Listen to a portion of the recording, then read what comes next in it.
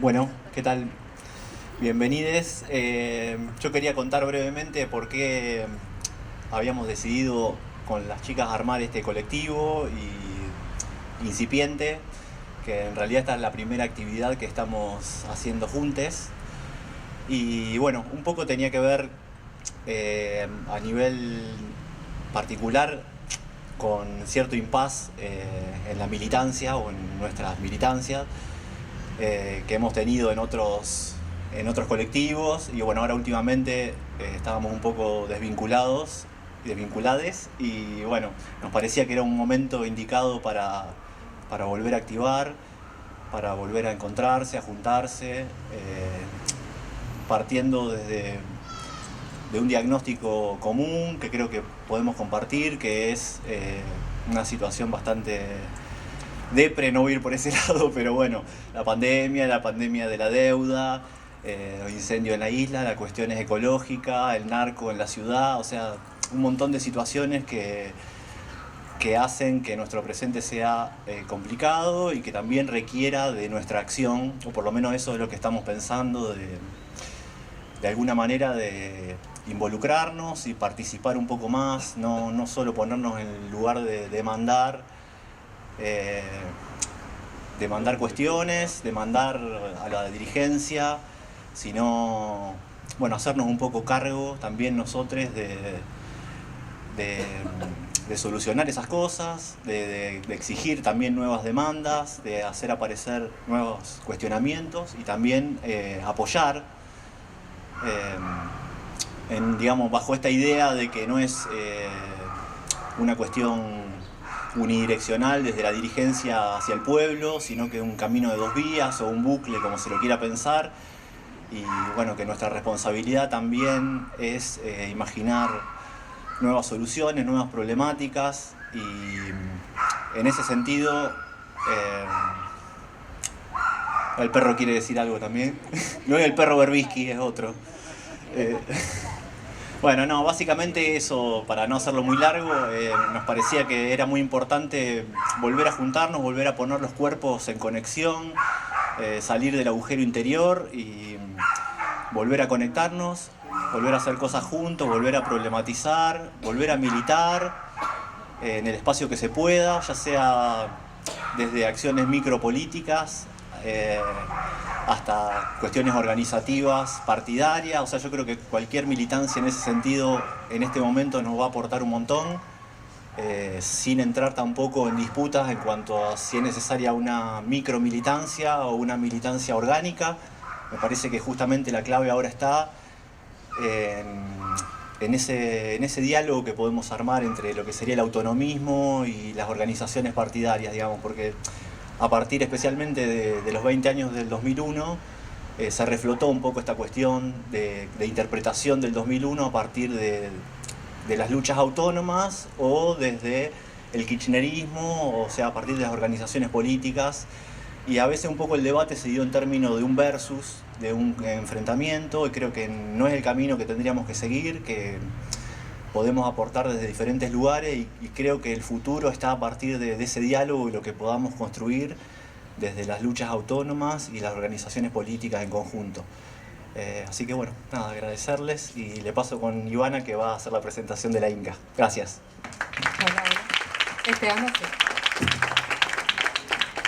Hola, gracias todas, todos, todes por venir. Me toca la parte de presentarte, Inca, Natalie Inca Minato, pero bueno, ya te ha tomado la Inca por completo. Nació en el sur, en Viedma, Río Negro, ¿correcto? Correcto. Es profesora y doctora en letras por la Universidad Nacional de La Plata. Tiene una columna en la radio Futurock todos los sábados, El Hecho Maldito. Todos fans por acá. Los domingos, le cambié de día. Recientemente incorporada al Destape, en el programa Maldita Suerte va a empezar una columna. Porque el choreo está todo permitido. Es tuitera. Con Danila Suárez Tomé hicieron el podcast Peripatéticas, producido por Furor Podcast, Y con Pedro Saborido hacen Cátedras Devaluadas, producido por Futurock, que es, van 4 capítulos. Sí, este año. Escribió ensayos, artículos para medios como Revista Crisis, el diario AR, Revista Anfibia, y hace unos días para Telam una sobre las primeras damas y feminismo junto a Julia Rosenberg y Carolina Barry, que la recomendamos, que está buenísima. Bueno, Inca, todo tuyo. Pero bueno, gracias. Muchas gracias a Juntura, a este espacio tan, iba a decir bello, pero terrible a la vez, ¿no? Y gracias a tanta gente que se acercó. Creo que es una prueba de lo arruinada que está la cultura y la vida de los argentinos, que haya tanta gente que viene en este momento a verme a mí y a escuchar esto que van a escuchar. Yo creo que la gente está arrasada. Están arrasados, díganlo, háblenlo, charlenlo, lo podemos hablar después, podemos hacer catarsis. Bueno, ahora un poco en serio. Bueno, no pasó nada además hoy en la política, entonces no pasó nada que nos interrogue. Estamos re tranqui, ¿no? Bueno, son tiempos complicados. Yo quería en realidad, en principio, por supuesto, decir algo vinculado con el libro y con este espacio porque amerita. Es un libro satírico, es una sátira política. Que se inscribe en varios otros, hay otras publicaciones, bueno, Pedro Saborido, quien amablemente ha escrito este prólogo y me tiene, no sé por qué, mucho afecto o lástima, todavía no entiendo, pero es muy generoso y bueno, él un poco me parece que es la gran figura de la sátira y la parodia política vinculada con el peronismo, pero también Pedro Rosenblatt, ¿no? Y muchas figuras eminentemente de los nuevos medios o de las plataformas que ya vienen trabajando una sátira política en contra de el gorilismo, el neogorilismo, ¿no? Esas expresiones. Y este es un libro en ese tren que a la vez trata de recuperar la sátira política jaurechiana, ¿no? Porque está bien que la sátira política medio tuitera, muy irónica, es algo quizás un poco novedoso, pero en realidad en la propia tradición del peronismo hay una serie de textos que tienen que ver con la sátira y con la parodia, tanto del peronismo como del antiperonismo, ¿no? El antiperonismo tenemos a Borges Bioy, tenemos a Ezequiel Martínez Estrada, y bueno, el peronismo quizás el más conocido es Jaureche, Discépolo antes, ¿no? Y en un punto es un libro en ese sentido, pero claro, yo lo pensaba en términos de... Es una sátira jaurechiana, millennial, pero después del 66, ¿no? Después del el medio pelo argentino de Jaureche, creo que se publicó en el 66, y bueno, después tenemos esa experiencia traumática de la historia reciente que es... y que, por supuesto que esta es una sátira, pero que abajo subyace ese terror y esa memoria de las luchas, que por supuesto es un libro que todo el tiempo hace chistes, pero hay algo ahí que reverbera como deuda, ¿no? Como deuda, no esta deuda, sino como una deuda y como un llamado, como un vocativo, ¿no?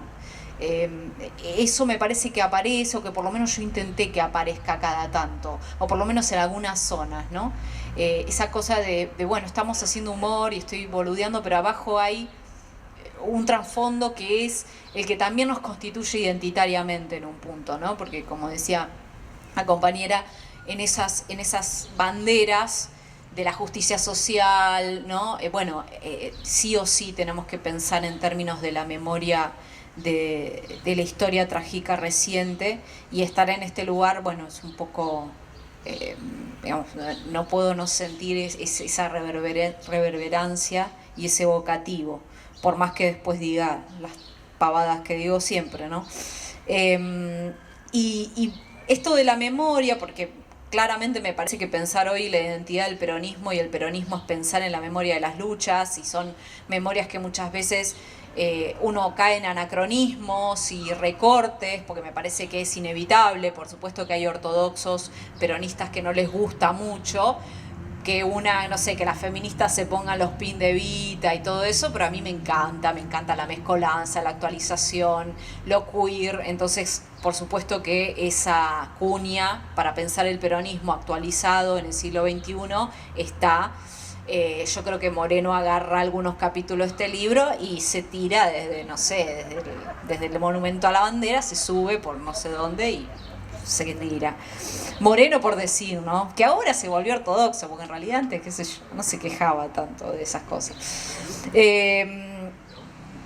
Y entonces, memoria, identidad, y pensaba un poco también cuando decía, bueno, ¿qué digo, qué pienso de la identidad? Escuché, creo que fue ayer, el discurso de Cristina que se titulaba Los pueblos vuelven, ¿no? Porque claramente el pueblo es como una suerte de nosotros identitario, ¿no? Uno dice, bueno, nosotros el pueblo, pero todos sabemos también hace mucho tiempo que es una construcción de prácticas, de discurso, que en realidad no dice mucho en el sentido de que dentro del pueblo hay clase media, clase baja, macristas, kirchneristas, ¿no? Que es una suerte de... y especialmente en los últimos años, las últimas décadas en rigor, estamos viendo un estallido, ¿no? de esa categoría, un estallido de las identidades, un estallido de los sentidos de pertenencia, de las aspiraciones. Y el gran desafío siempre del peronismo es cómo construir ese pueblo a partir de todas esas fragmentaciones. Y un poco se conecta con lo que decía él en el sentido de la micropolítica o las grandes organizaciones, las grandes conjunciones. Y en ese sentido habría que también recuperar una pregunta a la idea de los pueblos vuelven de Cristina, de bueno, pero ¿qué pueblos vuelven? ¿Cómo vuelven? ¿No? Porque este pueblo que volvió en 2019 no es el mismo, claramente, que el de 2015 o el de 2011, ¿no? Tenemos una situación pospandémica de descalabro y precariedad de la vida, tenemos también una situación más creativa y más linda quizás de emergencia de nuevos sujetos políticos, pienso especialmente en el feminismo, nuevas demandas, el ambientalismo, nuevas digo porque tienen quizás más fuerza, no porque sean nada nuevo, ¿no? Claramente, y que la sensación es que hay algunos avances, pero hay muchísimos retrocesos y hay como una sensación de gran impotencia, ¿no? Y me parece que en esta sensación de impotencia, de hackeo, de no saber muy bien qué hacer, creo que la salida es, como decía él también, bueno, organizarse y pugnar por qué queremos que sea el peronismo, ¿no? Porque claramente el peronismo es muchas cosas y es lo que todo el mundo quiere, es el gran Aleph borgiano argentino, uno encuentra lo que tiene ganas, pero eso no tiene que ser simplemente, bueno, sí, somos una bolsa de gatos, ¿no? Bueno, no, está bien, pero dentro de la bolsa de gatos uno tiene que pugnar por qué tipo de opción quiere darle y qué tipo de tenor quiere darle a ese peronismo. Me parece que el kirchnerismo hizo eso, básicamente, ¿no? El kirchnerismo después de los 90... cuando ¿quién quería ser peronista, la verdad? El peronismo de los 90 era bueno, qué sé yo, los peronistas históricos, que eran antimenemistas, pero que realmente no había una gran convocatoria en un sentido de emancipación, de justicia social. Entonces, darle un nuevo contenido y una nueva actualización y por lo tanto recrear la identidad, ¿no? Considerar que, bueno, ser peronista tiene que ver con la justicia social y esa justicia social está ampliada y tiene que ver con los feminismos, con las diversidades, que tiene que ver también con otro tipo de demandas. Es un poco lo que yo quiero proponer en el libro, ya les digo, sabiendo que es un terreno espinoso y que es un terreno de paradojas y de problemas, y que uno está ahí bailando y dice, bueno, qué lindo el peronismo, acá con el compañero, no sé, Grabois, o con el compañero, qué sé yo, Larroque, y te das vuelta y de repente aparece Barrio Nuevo. Y vos decís, bueno, estás en el boliche del peronismo, te puede aparecer Barrio Nuevo y te pone algo en la bebida y vos tomás la bebida porque la tenés que tomar y de repente decís, ¿en qué me metí? Bueno, eso es parte, ¿no? Pero a mí también lo que me interesaba en el libro es recuperar un poco los discursos de Perón, las ideas de Perón, las ideas de Evita, y pensarlas también en este contexto, porque uno de las grandes bardeos al peronismo es el peronismo atrasa, el peronismo mira al pasado y no mira al futuro, ¿no? Era uno de los grandes tópicos discursivos del macrismo. Y a mí me parece que en realidad eso, ese modo de pensar, es creer que es no mirar mucho lo que está pasando en el mundo. Porque vieron que ellos quieren ver el mundo habla de nosotros. Bueno, el mundo actualmente se está haciendo una serie de preguntas y está poniendo en crisis el capitalismo actual, me parece, una parte, ¿no?, de los sectores. Si uno ve Estados Unidos, por ejemplo, ¿no?, como ya sea por las derechas más del estilo Trump, que son también un poco antisistémicas, pero en un sentido, por supuesto, conservador económicamente, o Bernie Sanders, hay algo que muestra que hay una insatisfacción. Y las opciones más interesantes políticamente, digo en Estados Unidos, pero también en Europa, pienso, no sé, en Varoufakis y las cosas que dice sobre la deuda y sobre el sistema financiero global, están de alguna manera deseando volver al estado de bienestar, o están mirando las épocas en las que justamente el capitalismo y el Estado podía, por ejemplo, poder garantizar la salud, poder garantizar la educación, poder evitar determinadas situaciones sociales que se revelan como ya insostenibles, ¿no? En Estados Unidos la cuestión de la salud es fundamental. Bueno, incluso eso lo estamos viendo en Hollywood y en Netflix, ¿no? El juego del calamar y todas esas cosas, que es algo bastante impensable, ¿no? Porque en general Hollywood y la cultura suelen tener una mirada bastante desconflictualista de lo social, ¿no? Uno no veía gente, lucha de clases en Netflix, ¿no? Está bien, por supuesto que Netflix demuestra la lucha de clases como un entretenimiento, no como quizás una verdadera crítica, pero bueno, hay algo ahí que está reverberando. Y Perón en el 46, en la proclamación de su candidatura, dijo algo que quería recuperar porque además habla mucho de lo que pasó hoy también. En un momento dice: personalmente prefiero la idea defendida por Roosevelt, y el testimonio no creo que pueda ser recusado, de que la economía ha dejado de ser un fin en sí mismo para convertirse en un medio de solucionar los problemas sociales. Es decir, que si la economía no sirve para llevar el bienestar a toda la población y no a una parte de ella, resulta cosa bien despreciable. Por eso, cuando nuestros enemigos hablan de democracia, tienen en sus mentes la idea de una democracia estática, quiero decir, de una democracia sentada en los actuales privilegios de clase.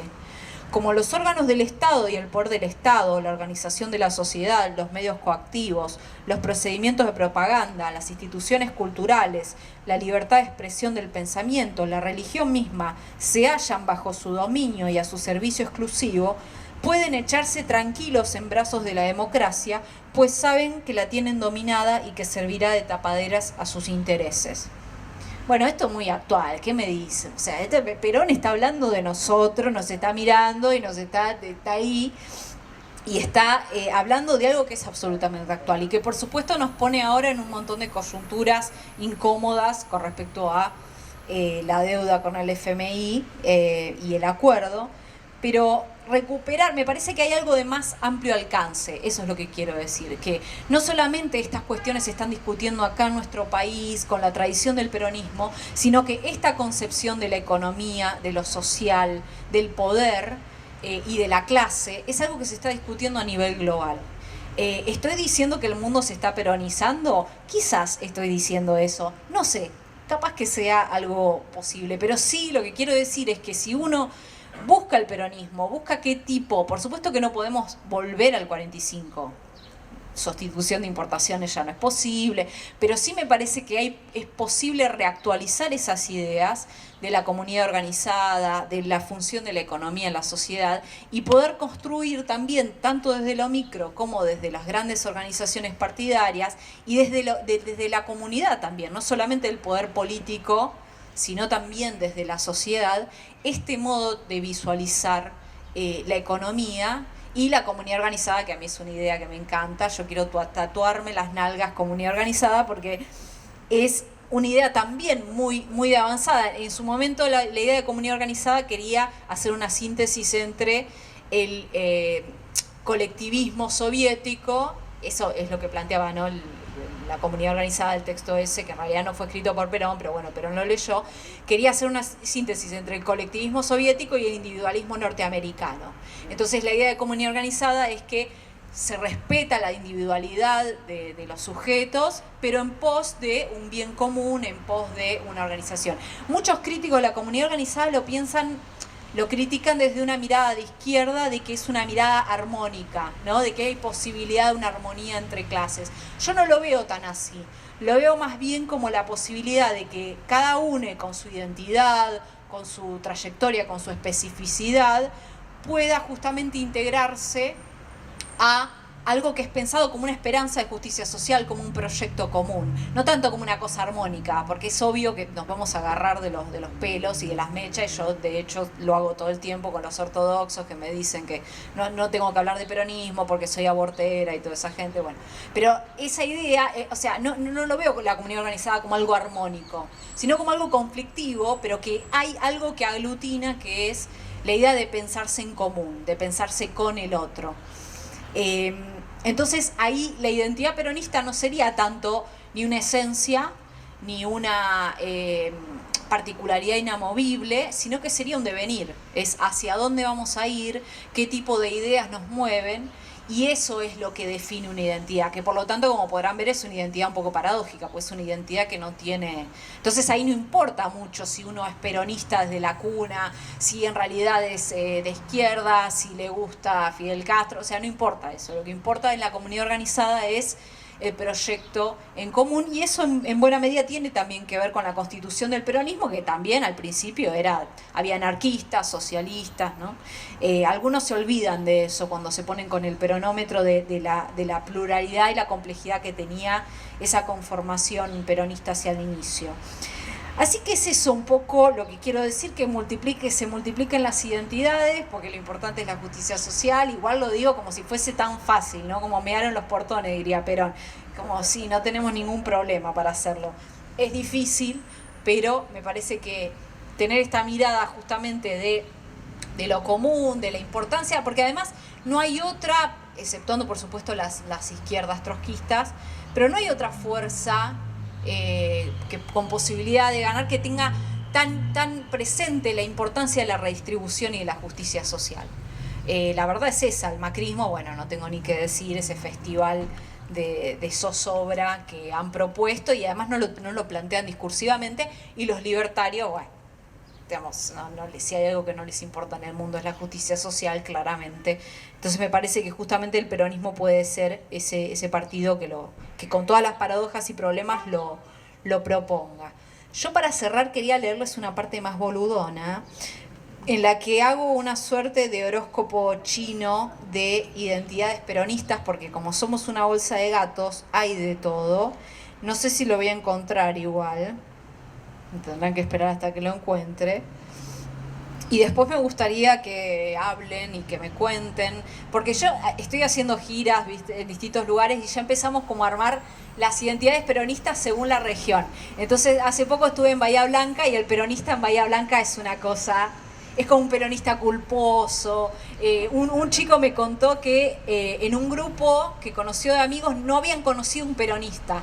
Entonces él era una suerte como de persona vigilada, como un ET, como un extraterrestre. Entonces yo le preguntaba, ¿y cómo hacían? Pues nunca habían visto un peronista, era como un encuentro de tercer tipo, te hacían señales de luces, ¿qué pasaba? Bueno, entonces me gustaría que me digan si hay como un peronista rosarino, si tiene como características particulares.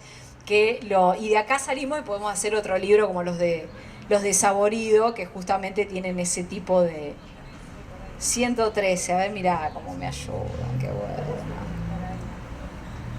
Igual algunos quedaron medio desactualizados, porque yo este libro lo escribí antes de cosas que pasaron en el frente de todos. Lo escribí antes de la... No lo encuentro. A ver, el horóscopo chino...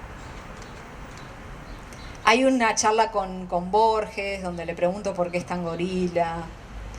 Yo lo quiero mucho a Borges. Yo creo como Horacio González que hay que ser peronistas borgianos. Aunque a muchos les parezca un oxímoron, pero no, para nada. Horacio González. Qué gran pérdida. Bueno, no lo estoy encontrando. Me parece que no es... No hay que leerlo. No debe ser tan bueno. Acá está.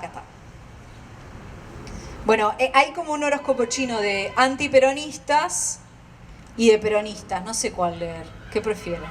¿Antiperonistas o peronistas? Antiperonista, bueno, está bien, bien, bien. Bueno, vamos a, entonces, este es un clásico, es muy tuitero, no sé si, en todo caso explico la referencia. Antiperonista, pelo de cocker de fuego. Y acá los más jóvenes, por ahí hay gente que, no. ¿Por qué pelo de cocker? Porque hay un tuitero que dijo, el tuit es el siguiente y lo voy a citar. No hay una puta vieja macrista que no tenga el pelo planchado como pelo de cocker y la mirada perdida de Kurt Cobain.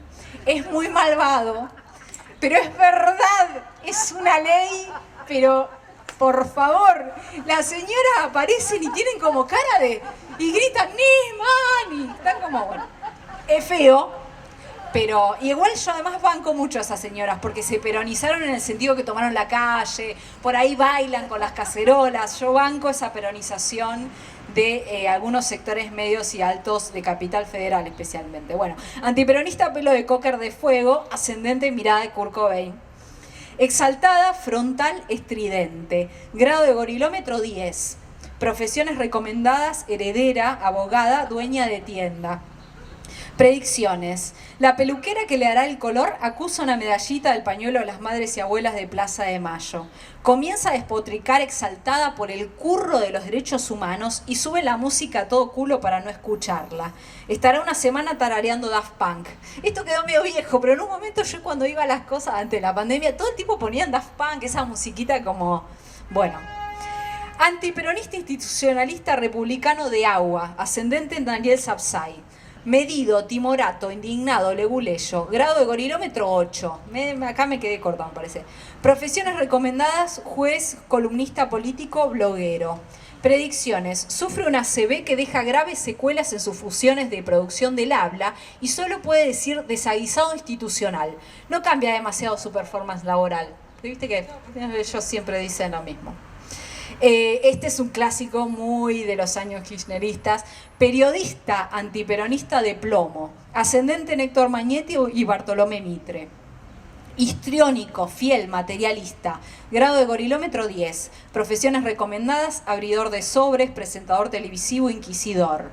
Predicciones. Un empleado recién despedido del canal en el que trabaja le grita alcahuete y vergüenza del oficio que enalteciera Rodolfo Walsh. Lo ahuyenta con 2 ejemplares de diarios procesistas y un Glade antitabaco.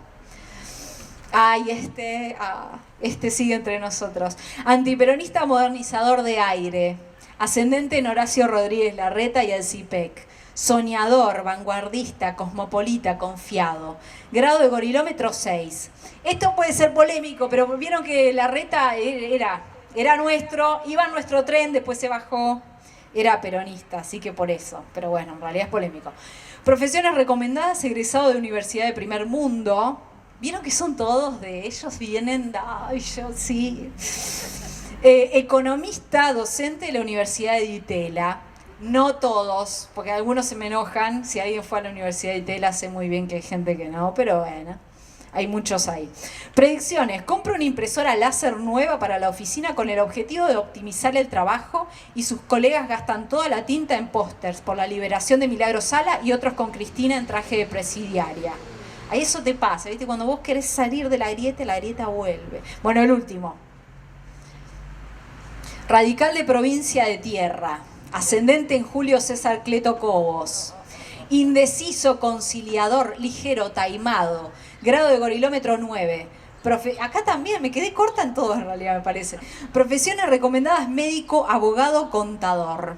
Predicciones. En un sueño se le aparece el crespón negro obligatorio por el luto de Evita y lo persigue para acogotarlo.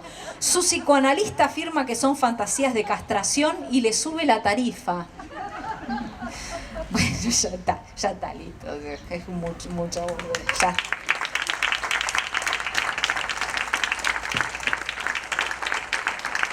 Pero hay que ser un antiperonista rosarino. Yo creo que debe tener sus características particulares. Debe haber ahí algo. Sí. Vota en el centro. Vota en el centro para...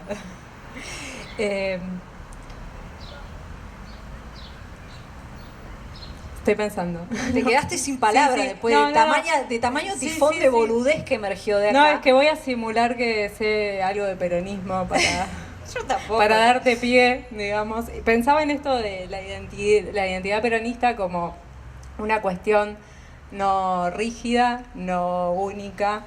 Esto que decías de que en este baile está Barrio Nuevo, el Momo Venegas.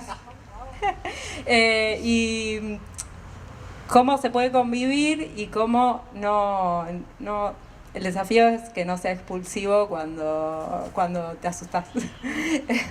Y cómo también hay un montón de banderas que se pueden retomar y que ahí cuando vos lo veas a Perón hablándonos hoy, hay un montón, en donde lo leas te está hablando hoy.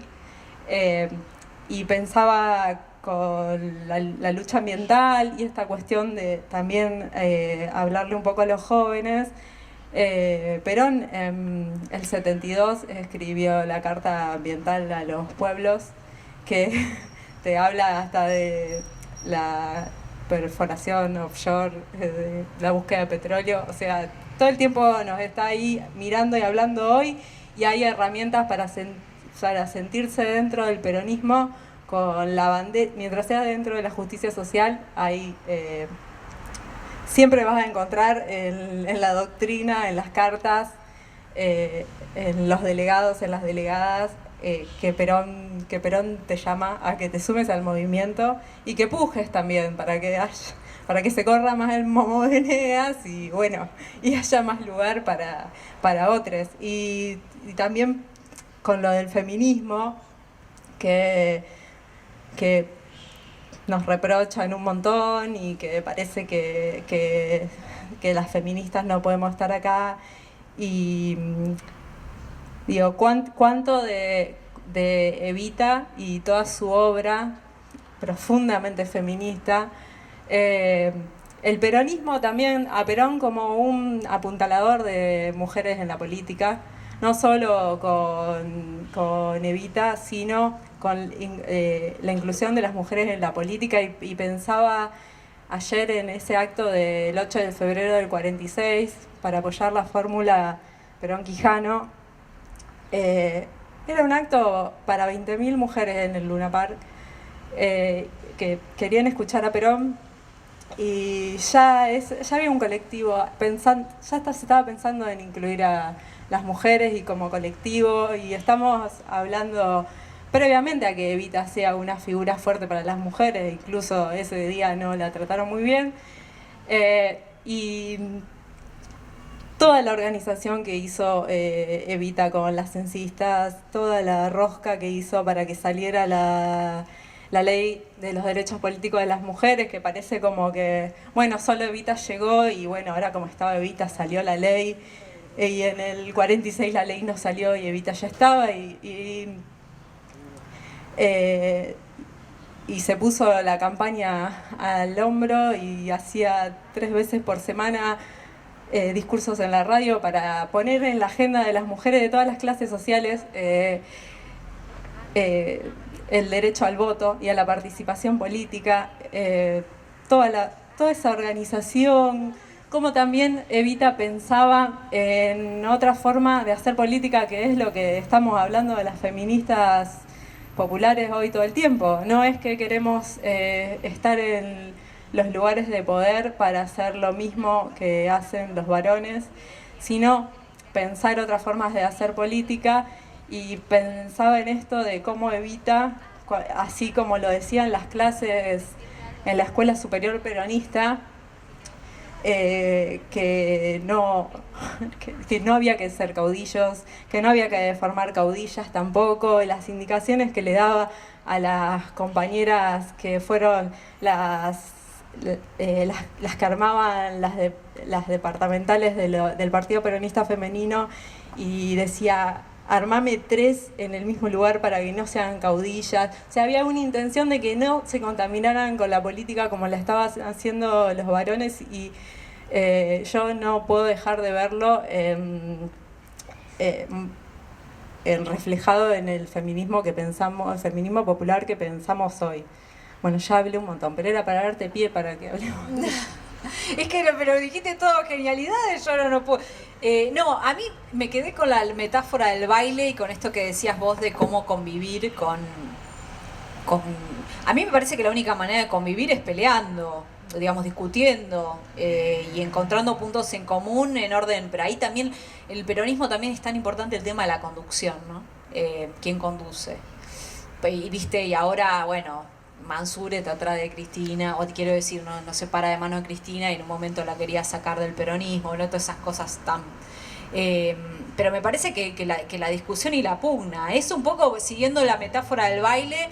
Bueno, vos te metés a bailar con Barrio Nuevo y haces un poco con Barrio Nuevo, pero le vas tirando como que, y para que se corra, y sigue ahí quizás, pero no está el reflector sobre él, y en algún momento quizás se aburre y se vaya, no sé.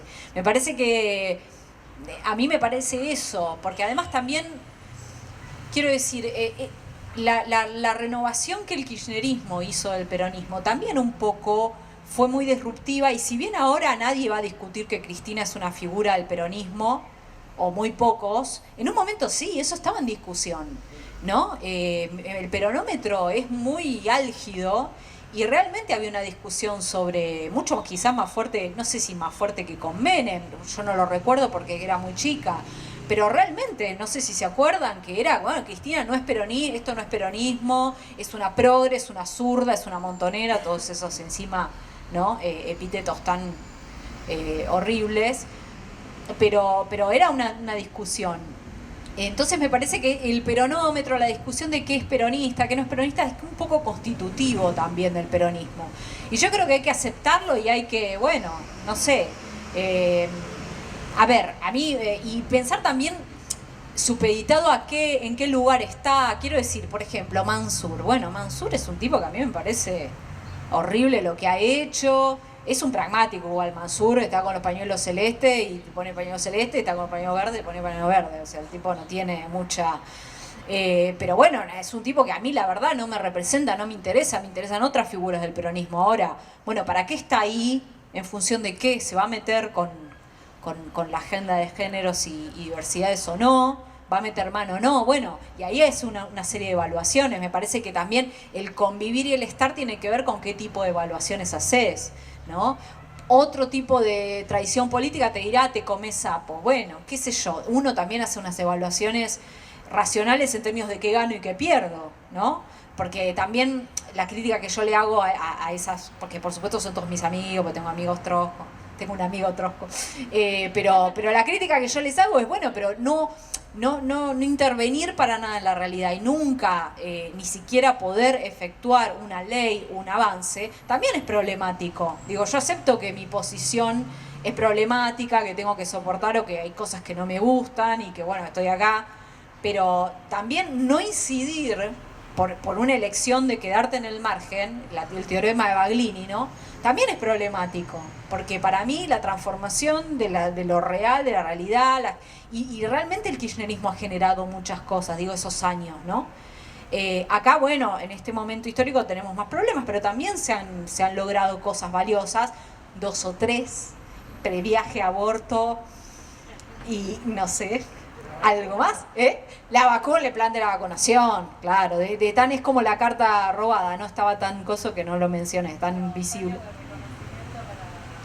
Los años de reconocimiento para las amas de casa, bueno, hay una serie de goles y de cosas que, bueno, el impuesto a las grandes fortunas fue medio vueltito, pero bueno, hay algunos goles, ¿no? Y me parece que eso, digamos, cualquiera que ya se asume peronista necesita eso, necesita una intervención y necesita poder. O sea, para mí es importante el poder, pero con eso solo no alcanza. Ahí estoy de acuerdo que Evita era una figura también, incluso en La razón de mi vida, hace como una suerte de valoración de que ella no está en el Estado, de que la fundación ella no es un ministro, y de la libertad que eso le da. Pero eso para mí siempre funciona como una suerte de díada, ¿no?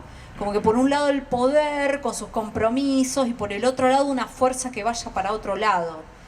Y me parece que también tiene que ver con lo que decía él de las grandes organizaciones, de los grandes compromisos, y por otro lado de lo micro. Me parece que el peronismo es como un monstruo de dos cabezas en ese sentido, y que siempre que hay uno que falla hay un problema.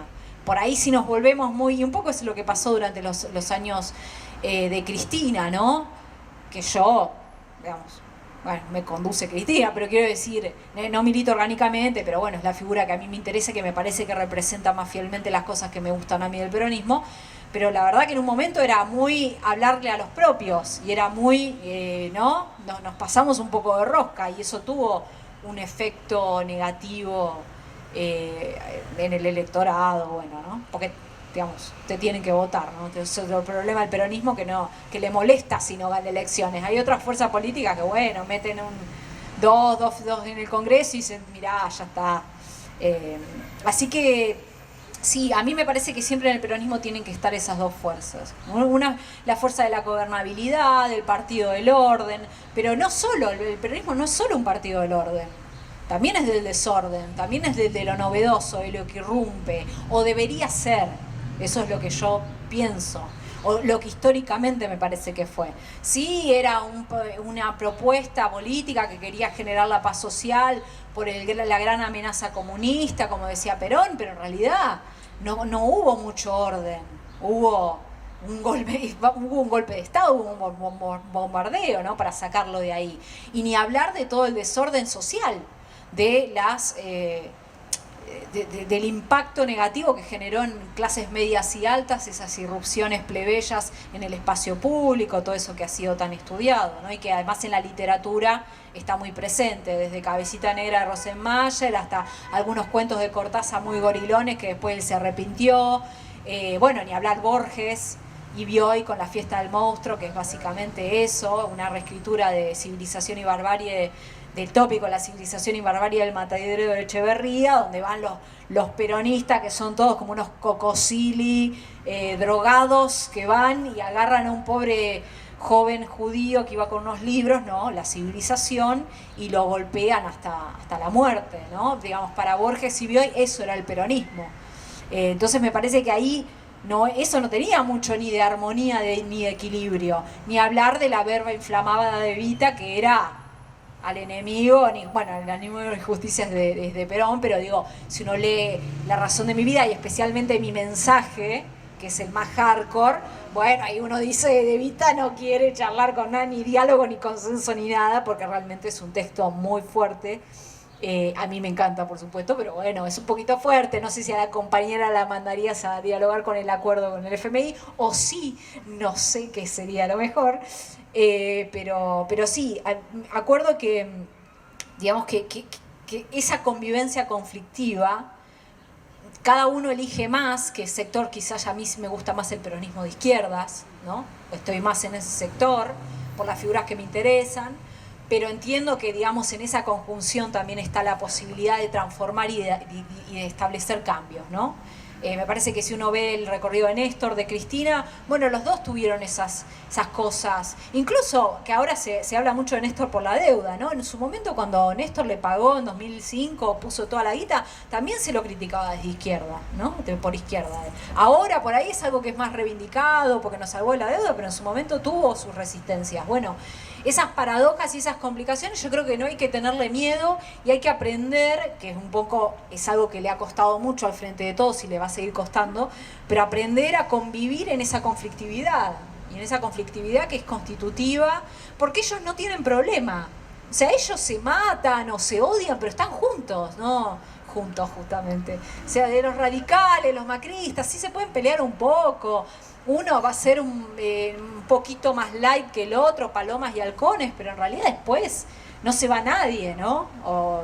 De hecho, hasta nosotros les damos peronistas para el Pichetto, ¿no? Que me parece que hay ahí una cosa que no sé, capaz que en algún momento sí se empiezan a disgregar, pero no sé si será que los une el espanto o qué, pero nosotros tenemos una tendencia que a veces vale la pena, digo, no estoy diciendo que hay que estar unidos, cueste lo que cueste y sin importar qué, porque hay cosas que son parteaguas, ¿no? Pero bueno, no sé, estamos en el mismo barco, no sé, qué sé yo. Y lo digo siendo alguien que en general banqué la carta a Cristina, digo, cuando digo estar juntos también peleándose y criticando y cuestionando y discutiendo lo que haya que discutir, ¿no?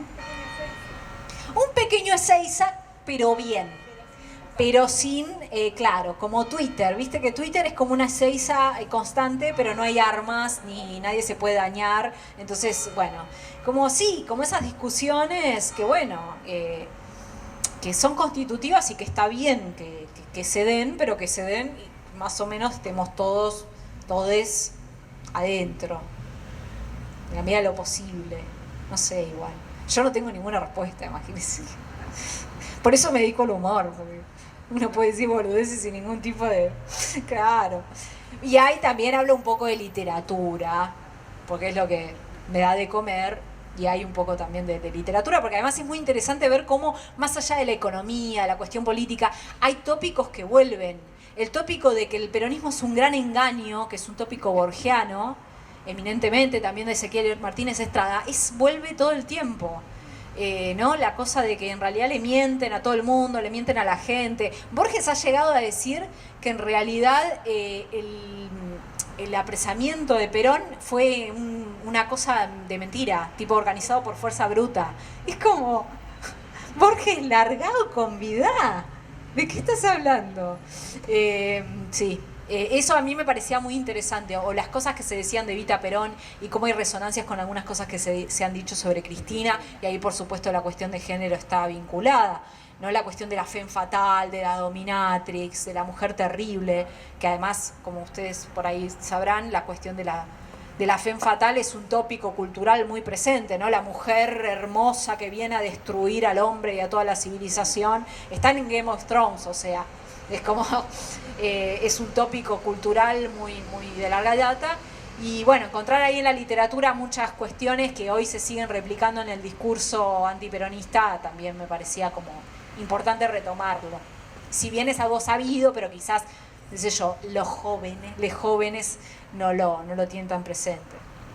Sí, no, yo justo me iba a referir a algo que acabas de hablar, entre la relación entre Cristina, si veías alguna vinculación también ustedes del feminismo entre Evita y Cristina, retomando también esto que decía Ivana, de la cuestión de Evita intentando ella no centralizar en su imagen o en su persona, sino abriendo un poco el juego a la participación de otros y no poniéndose en el lugar de líder.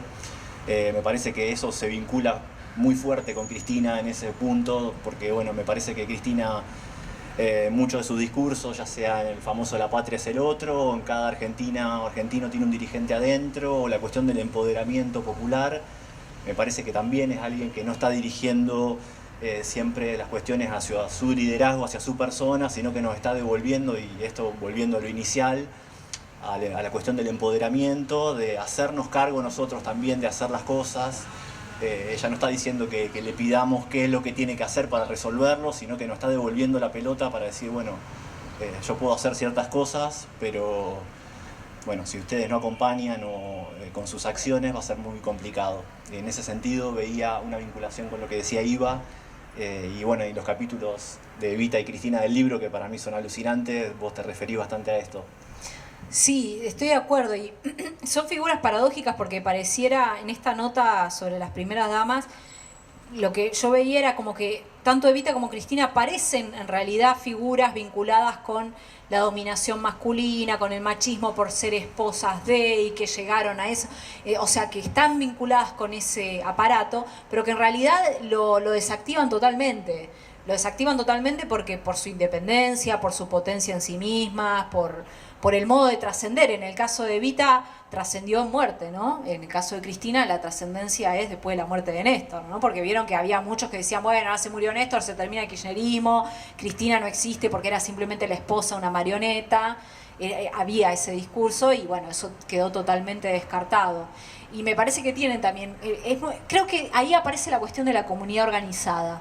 En el peronismo, tanto Perón, bueno, Evita también, había una insistencia de que ellos no lo podían, no podían solos, digamos, ¿no?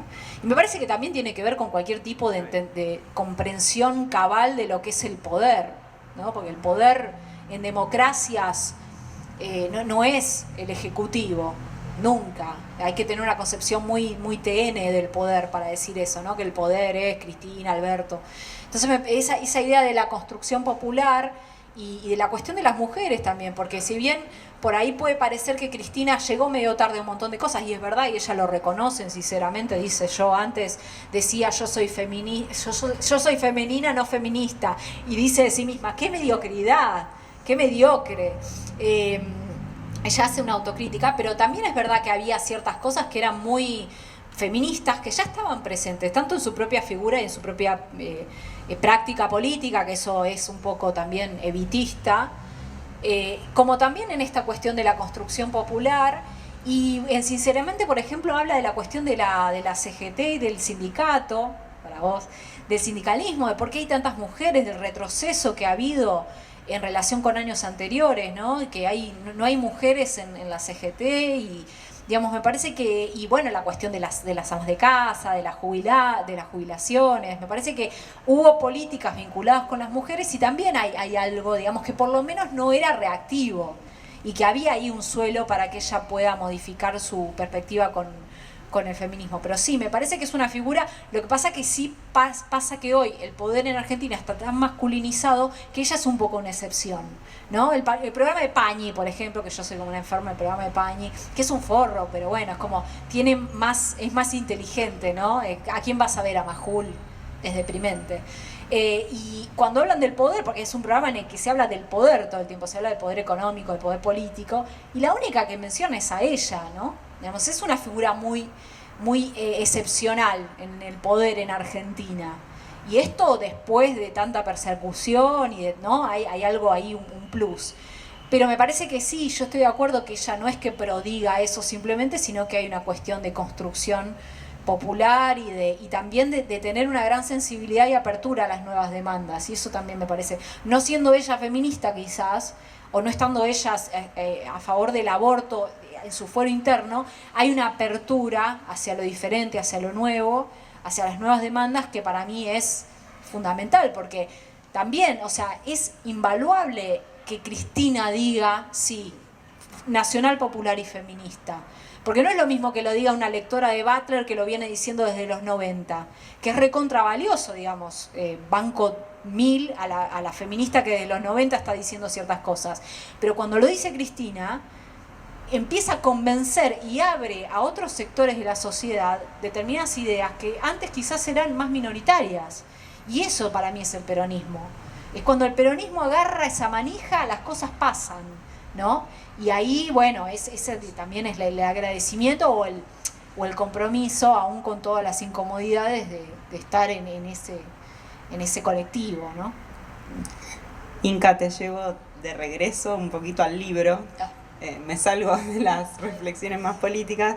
Quería preguntarte sobre el capítulo de Eva en particular, que es el único que está escrito en ese tono más fuera de lo satírico, y donde vos traes autores como Coppi, como Perlonger. Me pareció súper interesante que traigas esa Eva travesti, incluso cyborg, que nos cuentes un poco sobre esa cosa que recorre el libro de, por un lado, digamos, desmantelar unas imágenes para que aparezcan otras, y también de dar vuelta a los estigmas, que está todo el tiempo ahí dando vuelta a esa cuestión. Brevemente, y después, si quieren, sí, abrimos al público. Perfiles de rosarinos antiperonistas, quiero escuchar catarsis, quiero escuchar puteadas a Guzmán, o a no sé, porque no sé. Sí, el Evita es el único que no tiene ningún tipo de tono humorístico, porque hay una relación afectiva con el objeto. No puedo satirizar a Evita de ninguna manera y me parece una figura, no sé, gracias que es argentina, es como, bueno, gracias por ser argentina, Evita. Está Diego, Evita, Messi, pero A mí lo que me interesaba ahí, en recuperar a Evita, que es algo que se viene haciendo muchísimo en la academia, en otros textos, sobre pensar, bueno, en qué sentido será feminista Evita Perón. Hay textos de Dora Barrancos, de Carolina Barri, de Julia Rosenberg sobre este tema. Pero a mí me interesaba también recuperar y sacar un poco y pugnar con el propio imaginario peronista, de esta cosa de la Evita santa, que depende de polarizaciones muy machistas en un punto, de la santa a la puta, de toda esta cosa incluso del propio peronismo de querer ocultar su lado de actriz. Y ahí recupero a Coppi y a Perlonger porque son, especialmente la obra de Coppi, estuvo en el medio de una polémica, no hace mucho tiempo, creo que en el 2017, porque no sé si ustedes sabrán, pero Coppi es una obra de un antiperonista como era Coppi, pero es una obra en la que el leitmotiv es que Evita la representa un hombre trasvestido, ¿no? Y bueno, está ahí Evita quejándose y contra tirana. Yo creo que siempre el arte se puede leer de distintas maneras y a mí no me importa si Coppi era antiperonista, o sea, yo puedo leer esa obra desde otro lugar y eso es lo que quise hacer, no leerla como una obra antiperonista sino como otra cosa, como el travestismo también como un modo de escapar a la muerte. Así lo leo yo. Pero hubo una polémica porque justamente cuando se volvió a escenificar esa obra, creo que en el Cervantes, había figuras del peronismo, como Facundo Moyano y otros, que decían, es una falta de respeto, es un sacrilegio a Evita. ¿Cuál era el sacrilegio? Que haya un hombre travestido. Y eso a mí ya me parece que no tiene ningún sentido, ¿no? O cuando Madonna iba a interpretar a Evita y había también un montón de escándalos. Yo me acuerdo cuando era chica de que había un montón de bardo, y no porque la película sea una cagada, que es medio una cagada, la verdad es como medio lavadita, pero no por eso, sino porque Madonna, que era una puta, iba a representar a Evita. Y me parece que al calor de todas las discusiones de hoy, de lo que yo creo, eso no tiene ningún sentido. No tiene ningún sentido quedarse atrapados en esa sacralización de Evita como una santa. Primero porque eso repite las lógicas machistas, binarias, ¿no? Que son totalmente cuestionables a mi entender. Pero además también porque la propia Evita en su vida fue una complejidad. Ella fue actriz, fue una casquivana. Esto lo dice Saborido y algunos se le enojan. Bueno, sí, Evita sacaba fotos medio en malla. ¿Cuál es el problema? Y también fue una mujer que era acusada, cuando era insultada por los antiperonistas, Ezequiel Martínez Estrada, por ejemplo, se le llamaba la mujer macho, ¿no? La hembra macho. Entonces, esa cosa, y aparece también en algunos textos literarios, en esa mujer de Rodolfo Walsh, el coronel dice, la enterré parada como Facundo porque era un macho, ¿no? Todas esas cosas a mí me hacían pensar, bueno, esto es una figura recontra queer. Evita era queer, era como ni hombre ni mujer, ni después de muerta seguía viva ni muerta, ni puta ni santa. Entonces recuperar esa potencia, a la luz por supuesto de la diversidad del feminismo, para mí era totalmente importante porque en un punto ya estaba ahí, no es que yo estaba inventando algo. Y en ese sentido dar vuelta al estigma. Puta, darlo vuelta, ¿no? Llego a puta montonera. Hembra macho, sí, bueno, torta, traba, no sé. Y es algo que también ya fue creado, o sea, cuando yo escribo esto, es algo que ya en realidad fue creado por las militancias. Las militancias peronistas trans, travestis, de la diversidad sexual, del feminismo, ya vienen haciendo esto, ¿no? Los putos peronistas, por ejemplo, que hacían fiestas y había una Evita que era un travesti.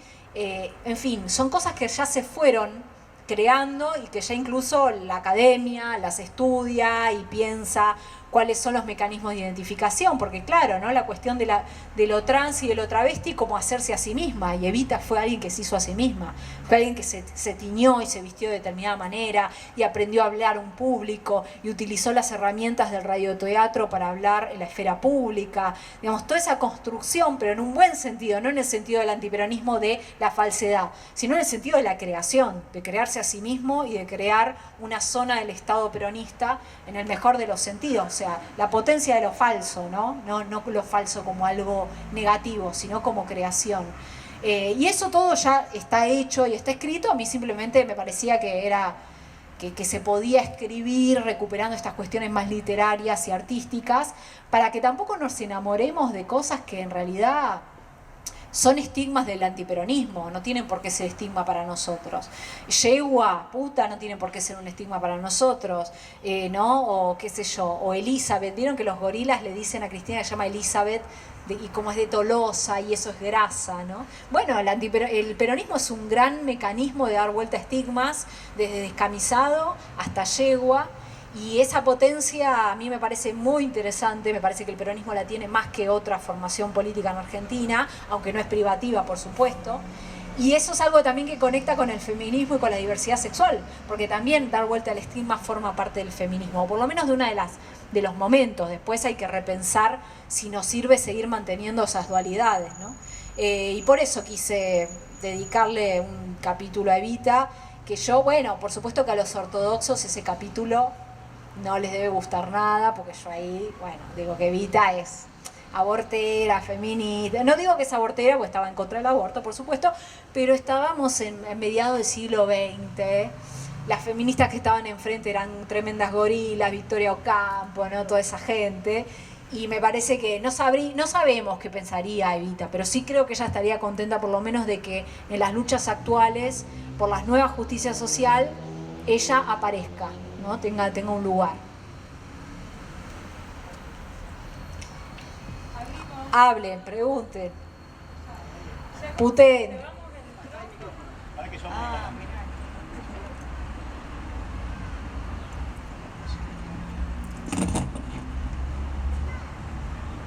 Hola Inca, buenas tardes, ¿cómo estás? Hago una catarsis y una pregunta. En la catarsis hay una pregunta también, voy a hacer lo más rápido posible.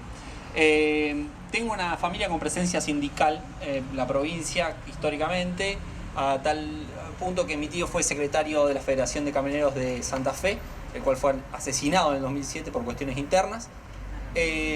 La pregunta puntualmente, doy una disyuntiva propia sobre el sindicato.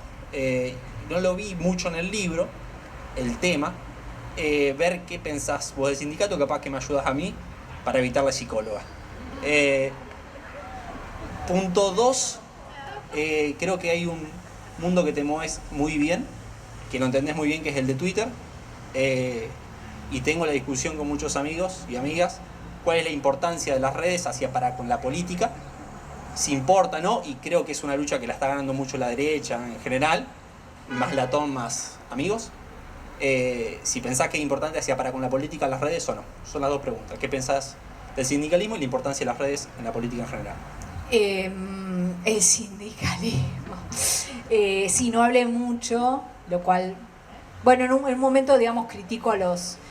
a mí me parece que es un terreno espinoso, porque cualquier tipo de cuestionamiento que uno pueda hacer al sindicalismo, que ahí también eso es una metonimia, ¿no? Porque ahí tenés que empezar a desbrozar qué sindicalismo, de qué ramas, cómo son, que son muy diferentes, ¿no? Pero, digamos, claramente a mí me parece que no es que todo color de rosa, ¿no? El sindicalismo argentino, pero realmente lo que se visualiza, y lo vimos con la Gestapo y qué sé yo, que en general quienes se encaraban en una crítica total al sindicalismo son los sectores que ya sabemos, ¿no? Son los sectores que quieren avanzar sobre derechos, que quieren plantear reformas laborales y que se encaraban, ¿vieron? O sea, la frase del diablo siempre tiene un punto de verdad en su mentira, ¿no? O sea, el diablo cuando habla hay un cachito que... Entonces hay algunos cuestionamientos que son reales. Me parece que ahí el problema es tratar de pensar cómo se critica y también desde qué lugar. Bueno, acá la compañera es sindicalista, sabrás mucho más que yo. A ver, a mí lo que me pasa, yo no conozco muchos sindicalistas y por ahí los que conozco son de gremios un poquito más tranqui, pero todos los que conozco que están en la gestión, que están en municipio, la verdad que no, o sea, seamos sinceros, es medio difícil porque hay estructuras, porque hay costumbres, porque hay inercias y a veces es un poco difícil, digamos, poder efectivamente gestionar bien, ¿no? Digamos, es difícil.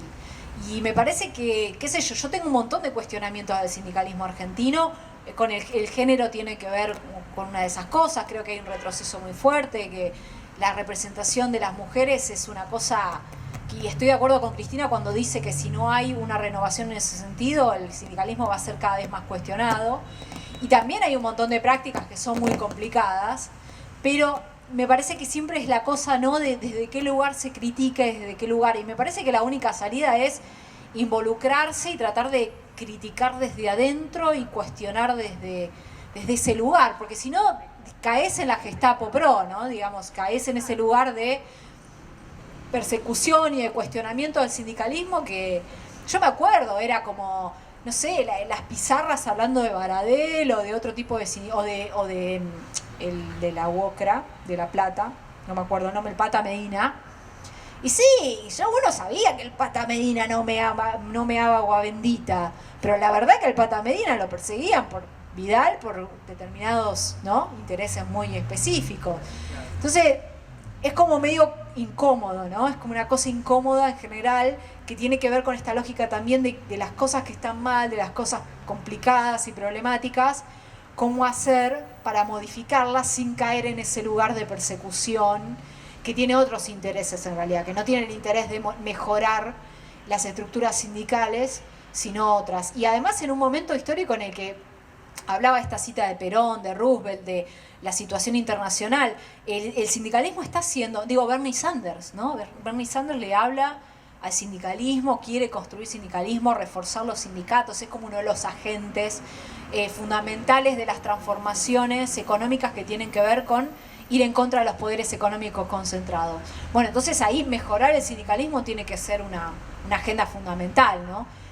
Ahora, bueno, un poco vimos que aparecieron como un actor en la cuestión del FMI y apuntalar un apoyo al gobierno, pero me parece que es una discusión que hay que dar y que hay que dar con todo, ¿no? Como bueno, ¿no? Porque ahí también aparece también la cuestión de la cultura política. Yo no quiero caer en el gorilismo de decir, bueno, que los intendentes del conurbano que se manejan así o asá, porque eso, pero tampoco hay que negar que hay cultura política que hay que modificar para mejor.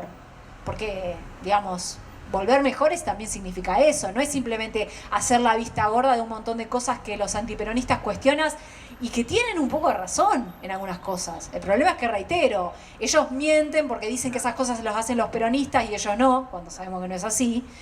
Y además lo hacen con determinados objetivos que no son mejorar esas prácticas, ni esas prácticas políticas ni sindicales, sino romper. Igual no te estoy ayudando en nada. Vas a tener que ir a esa psicóloga, que si es sindicalista es mejor. No sé, una sindicalista de, qué sé yo, de camioneros.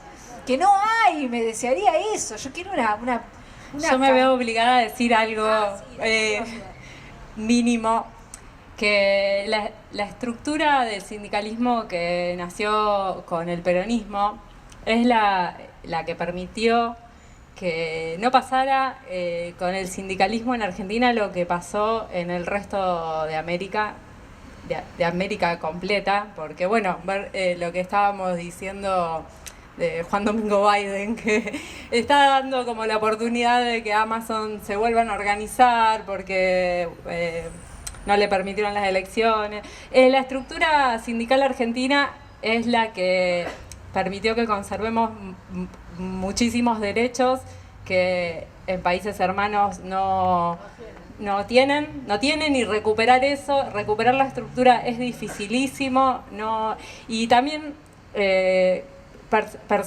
personajes no deseables hay en todos lados. También la prensa está muy enfocada en buscar los errores o lo que no nos gusta de los gordos morochos peronistas sindicalistas, pero los sindicalistas no negocian, no se enfrentan con nene de pecho, porque los empresarios que no tienen esa prensa no están haciendo cunas de oro para trabajadores, y hay que tratar de ver todo lo que el movimiento nos permite sostener. Y como dice la Inca, y estoy totalmente de acuerdo, y lo mismo que decíamos antes del peronismo, el sindicalismo que queremos lo construimos entre todos y todas y todos los trabajadores, y ese es el desafío, digamos. Pero cuando, no me acuerdo quién decía con esto de la Gestapo, te venden que van por lo malo del sindicalismo, pero en realidad lo que te quieren sacar es lo bueno del sindicalismo, porque hay una obsesión clarísima y hubo una gran persecución durante el macrismo para con los sindicatos, y eso no nos tiene que... Cuando a veces te define el enemigo. A veces no te queda otra, si no lo puedes resolver, te define el enemigo. Si el enemigo está tan fuerte ahí, por algo es. Pero es una solución, porque él decía, lo voy a hablar con la psicóloga, para muchas cosas. Es como vos fíjate quién es el enemigo y de ahí vas.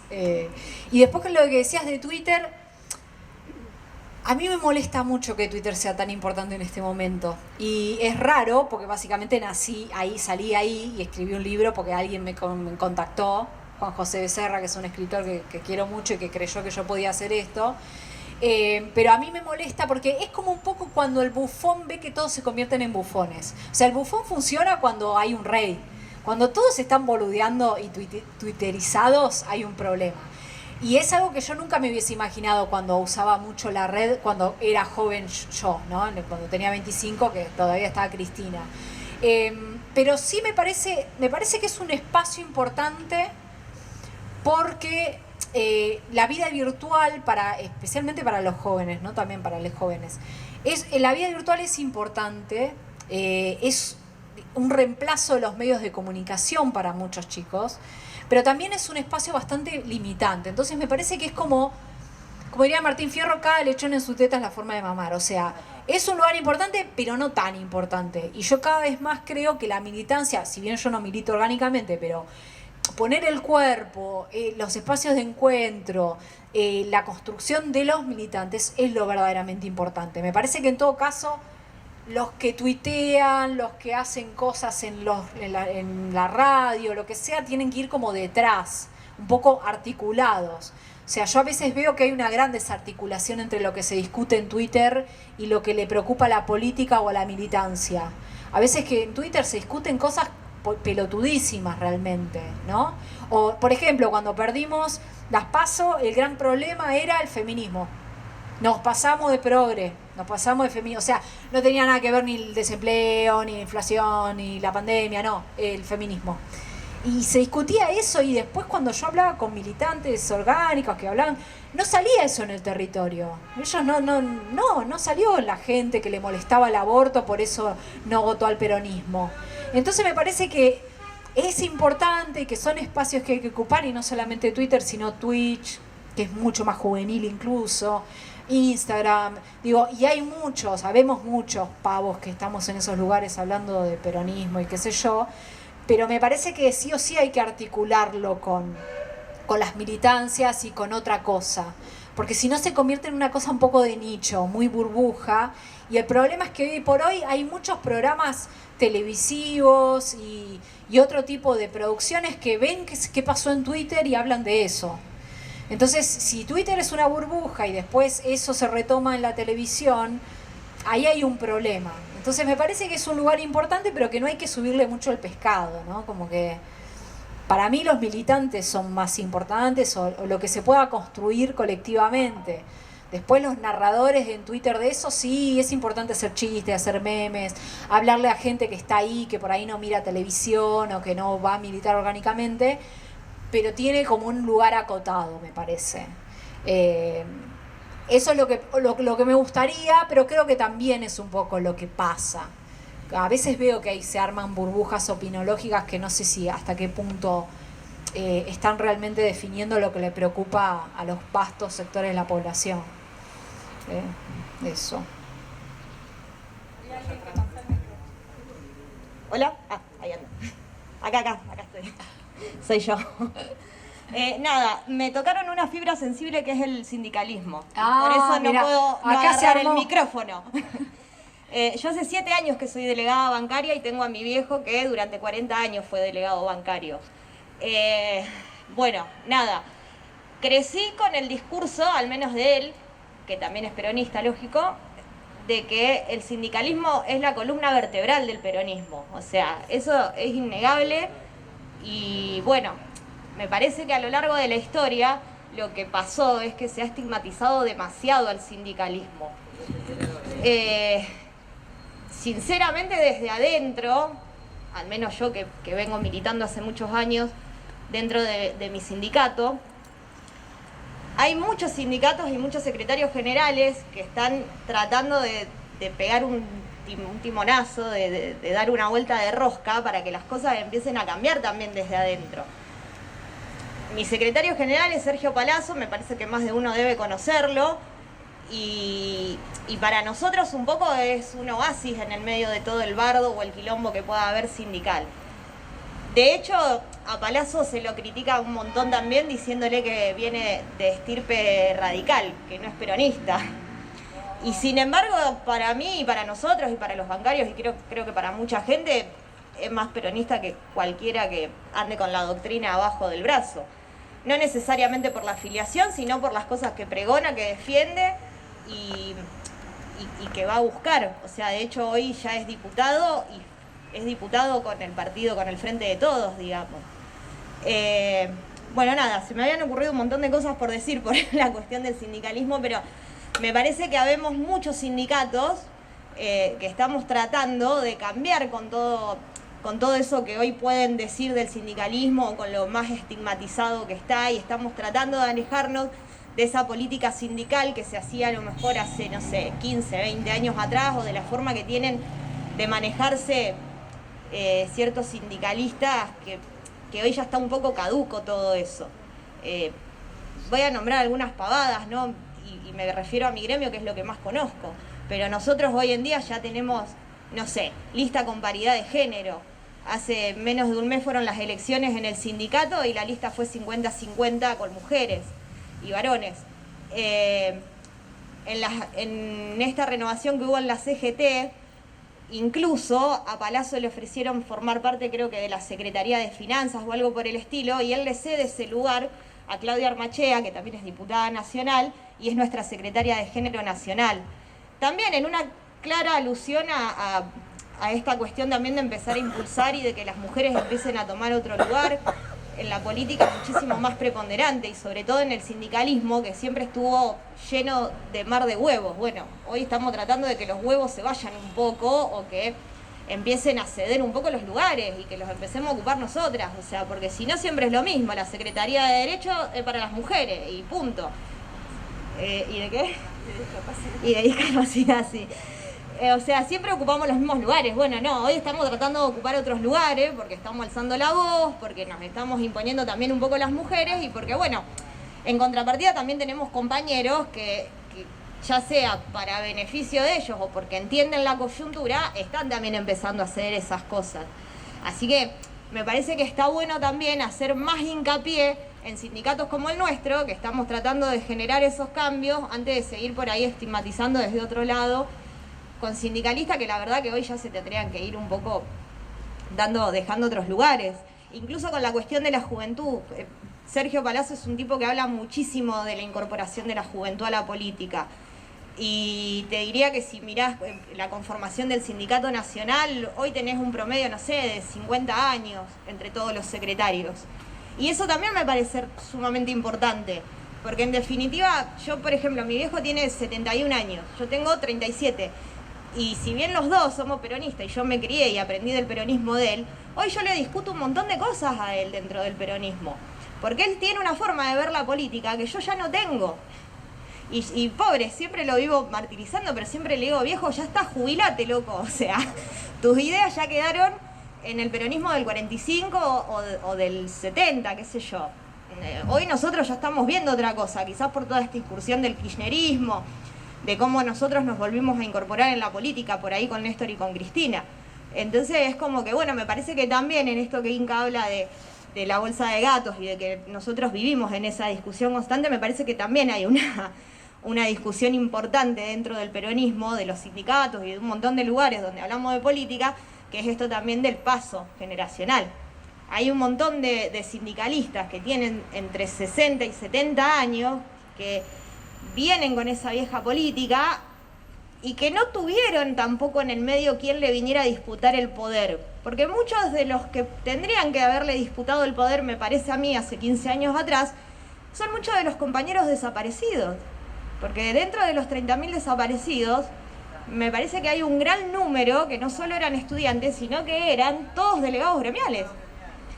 Entonces tenemos toda una generación que hoy tendría 40 y piquito de años, ¿no? Si no me equivoco, que son los que tendrían que haber agarrado el mando hace un tiempo atrás. Entonces toda esta generación de 60, 70 años no tuvieron esa presión hace 10 o 15 o 20 años atrás. Están muy cómodos. Y ahora empiezan a sentir ese rigor con nuestra generación, los que estamos casi pisando los 40, más los que están viniendo por detrás. O sea, vamos a tener, creo yo, no sé, en mi humilde opinión y visión, que todavía estamos como en un momento transicional hasta que nosotros podamos empezar a ocupar esos lugares y se note un cambio, haya un cambio. Porque me parece que vamos a eso, o por lo menos estamos apuntando a eso, a todo este cambio, introduciendo el feminismo, el ambientalismo, la equidad, bueno, todo lo que venimos hablando. Ahí vamos a empezar a desterrar un poco quizás esas políticas que no nos gustan. Pero bueno, es como todo, lleva su tiempo, faltarán años para la transición, pero me parece que la estamos peleando. Y me parece que está bueno que podamos ver al sindicalismo desde ese otro lado y desde lo que estamos, desde los sindicatos que estamos tratando de, por lo menos, ir para ese lado. Bueno, espero que te haya servido. Gracias.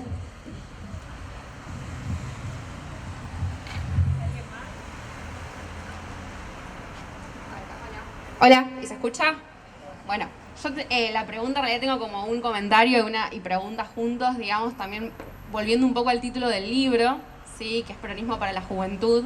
Yo cuento anecdóticamente que, digamos, mi amigo que es de Estados Unidos estuvo en Argentina el mes pasado y además allá de varias cosas, cuando le digo, bueno, ¿qué es lo que más te gustó de conocer la Argentina? Me dijo el peronismo y el mate.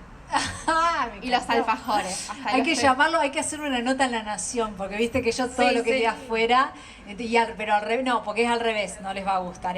Sería como el Evil La Nación. Como claro, bueno, y de hecho no, en su ingenuidad de alguna manera me dice, bueno, no, pero ahora quiero llevar el peronismo a los Estados Unidos, porque esta cuestión de la tercera posición me encanta, porque claro, lo que vos decías, esta cuestión de la síntesis de alguna manera del comunismo, y más en Estados Unidos que tienen como ese fantasma del comunismo que literalmente es una casa embrujada todo el tiempo.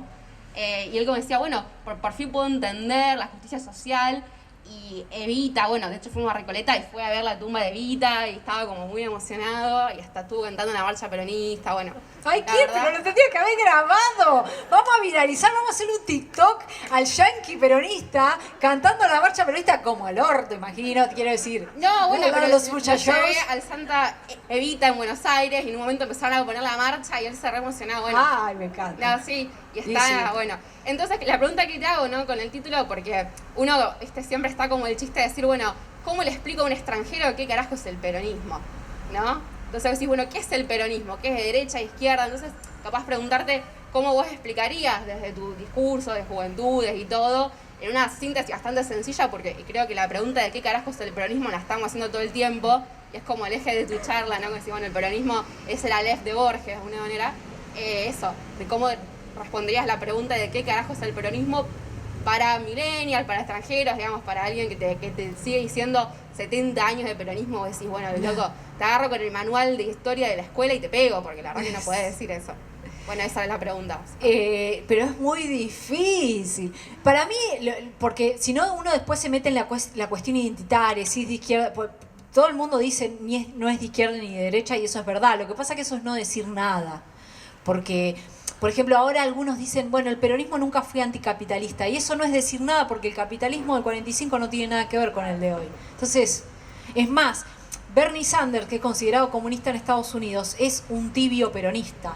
Quiero decir, en su plataforma política las cosas que propone son nada, estado de bienestar, mutatis mutandis, ¿no? Estas cosas las dice mucho el filósofo Zizek, que dice, bueno, lo que dice ahora Bernie Sanders en realidad podía estar tranquilamente en una plataforma de un partido socialdemócrata europeo de derecha. El mundo se hizo tan de derecha económica o libremercadista que hoy cualquiera que plantee algo diferente ya es el gran cuco rojo. Pero me parece que para no entrar en esa cosa, derecha e izquierda o capitalista anticapitalista, porque reitero, me parece que ya no dice mucho, yo lo resumiría como que ¿Qué cosas generó? Y tiene mucho que ver la cuestión del sindicalismo, digamos. El peronismo como un momento histórico, vinculado por supuesto con una serie de oportunidades económicas de la sustitución de importaciones después de la Segunda Guerra, ¿no? Digamos, condiciones económicas que facilitaron el crecimiento de la industria, pero lo fundamental del peronismo, lo que algunos economistas dicen que es lo diferencial, es la enorme política de reparto. La enorme política de reparto y por lo tanto de inclusión de la clase trabajadora en la vida pública, política, pero también social a través de determinadas instituciones. Y eso generó un impacto tal que, como decían, genera, por ejemplo, que el sindicalismo argentino tenga una importancia que permite no retroceder en algunos derechos. O sea, yo lo plantearía en esos términos, como un estado de bienestar a la criolla, como han dicho varios, pero como un momento histórico de avance de la clase trabajadora que no pudo ser del todo rebatido, a pesar de que sí tuvo muchísimos embates, claramente, dictatoriales y también democráticos, y también una elaboración política que tiene mucho que ver con lo afectivo, y que ahí me parece que juega porque este querido yanqui estaba tan emocionado, porque la interpelación libidinal, afectiva, fue fundamental para el peronismo. Es eso lo que le critican muchos antiperonistas, que dicen, bueno, esto lo tomaron de los fascistas, de los fascismos, ¿no? De Mussolini. Bueno, sí es verdad que Perón leyó a Mussolini y pensó esa figura del culto del líder. Lo que pasa que después, digamos, eso no te hace fascista, ¿no? Porque pienses que es importante el culto al líder o en determinados sentidos. Y además, bueno, no me quiero ir porque hay determinadas discusiones sobre eso, sobre la vida pública y en fin. Pero me parece que es eso, bueno, un avance de los trabajadores, industrialización, ¿no? Como una conformación del sujeto político del trabajador en la esfera pública, avance de derechos y una gran cuestión afectiva, de construcción afectiva entre los líderes y el pueblo, que incluso pervive luego de su... ¿no? Porque la construcción afectiva se hace a través de libros, se hace a través de imágenes, y las imágenes y los libros perduran. Por eso hoy yo leo un fragmento de Perón y puedo decir, esto es absolutamente actual, ¿no? Eso también es algo que los antiperonistas no ven. Dicen, no, el culto al líder. No, no es solamente el culto al líder, porque el líder se muere. Es en realidad el culto a un núcleo conceptual y de imaginario, de imágenes, que puede pervivir luego de... Bueno, el caso de Evita es fundamental, ¿no? Evita reivindicada por Montoneros, después de su muerte, claramente. Entonces, igual me fui a la mierda, y esto no sé si es muy... Pero es como que yo diría, avance de derechos, como eslogan, ¿viste? Avance de derechos, clase trabajadora, afectividad, emoción, sonrisas, sinfonía de un sentimiento. Así, la tirás como, viste, como vendiendo. Pero eso, porque si no después uno ya se pone anticapitalista, capitalista, izquierda, derecha. Bueno, ¿qué es eso en cada contexto histórico? ¿No? Porque, digamos, no es lo mismo lo que es hoy de izquierda y derecha que lo que era en el 45, ¿no? Es como una discusión un poco tonta en el sentido de que no tiene sentido. Y además me parece que en general los que dicen esto no es ni de izquierda ni de derecha son en general los que son de derecha. Entonces, ¿no? Como el peronismo ni de izquierda ni de derecha. Bueno, sí es verdad, pero nadie puede negar que el kirchnerismo es una opción de centroizquierda en el mapa político, ¿no? Y el gobierno de Alberto también en un punto. Después es todo más complejo, pero bueno. No cumplí la consigna, lo sé. No ayudé a él para que no vaya la psicóloga por el sindicato. No cumplí la consigna. Esto es fracaso absoluto. Hemos sido engañados, han sido engañados. Pero bueno. Así. No, yo quería... No te voy a responder la pregunta si hay un antiperonismo rosarino, porque vos quisiste, o sea, yo creo que no es algo que es una marca de la ciudad. Yo lo que creo que, y te voy a hablar del antiperonismo, pero no es una novedad, está muy vinculado al racismo y al eurocentrismo de nuestra sociedad.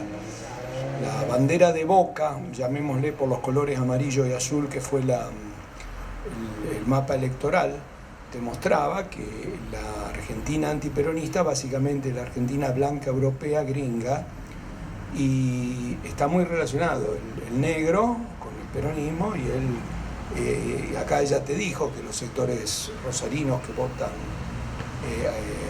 al antiperonismo, porque Rosario no es socialista, ni es radical, era la capital del peronismo que yo no conocí, yo conocí la Rosario antiperonista. Los socialistas se creían que eran mayoría y no eran mayoría, la mayoría era el antiperonismo. Y los radicales, cuando gana Gusandizaga, que hizo cagada en la política, pero fue martirizado por el fútbol, se creía que la mayoría era radical y no era radical, era antiperonista. Y el antiperonismo está vinculado al blanquito que no quiere al negro, y al negro lo identifica con el peronismo. Y eso está en nuestra raíz, y te hablo como blanquito, como europeo. Y eso nos atraviesa todo, inclusive a ver. Yo te digo, vos fijate un comentario, una cosa, el gato dijo que los argentinos bajan de los barcos, pero también lo dijo Alberto. O sea, hay un sector de la población argentina que se cree que que mira a Europa, o sea, no es ninguna novedad, mira a Europa como... Bueno, y está muy vinculado el racismo con el antiperonismo, y creo que eso es algo en lo cual tenemos que trabajar. Más en este momento en el cual el peronismo original de los años 40 estaba muy vinculado a la clase trabajadora, pero gracias a Perón hubo mucha gente que digamos que pudo crecer socialmente, inclusive intelectualmente, porque yo me enteré muy de grande, yo soy universitario, y yo me enteré muy de grande que la gratuidad universitaria fue de Perón. Y yo soy un hijo de Perón, yo soy profesional gracias a Perón. Entonces, creo que en este momento el peronismo sí atraviesa las distintas capas sociales, pero el racismo sigue allí y el antiperonismo sigue ahí. No importa si y aparte vos tenés antiperonistas que se hicieron grandes económicamente gracias al peronismo. Acá tenemos esto, acá le decimos todos los gringos del campo. Todos los gringos del campo, son todos, yo le digo juntaorina, pero yo soy italiano como vos, encaminato, no como Macri, que él vino con guita. Yo me imagino que en mi caso, viejo vinieron. Los gringos, los rastacueros, que lo que decía Michael Caine, Miguel Cané, nuestro que decía que entran tropezándose y nos van a llover a las chicas. Esos rastacueros que trabajaban en el campo, tienen muchos de ellos el campo gracias a los créditos de Perón. Y sus descendientes son hoy los culos rotos que votan contra Perón olvidándose de por qué tienen eso. Y eso es racismo. Eso no es ni siquiera que voto en contra de mi tendencia, voto en contra de mi ideología. Y en eso es lo que tenemos que trabajar, creo. Sí, yo eso lo planteo porque además vieron que hay un montón de cosas que nosotros no sabemos qué hacer porque estamos entre la espada y la pared, entre un monstruo griego y el otro monstruo griego, como el FMI. Pero la cuestión del racismo, sí es una cuestión que se puede repensar, así como el feminismo, digamos, no dependés de grandes agentes económicos, sino que a veces también tiene que ver con una modificación profunda cultural, económica. Y claramente el racismo es un elemento, porque siempre cuando aparece este discurso de los planeros, de que le dan, siempre es más fácil plantear esos discursos cuando uno construye un otro, ¿no?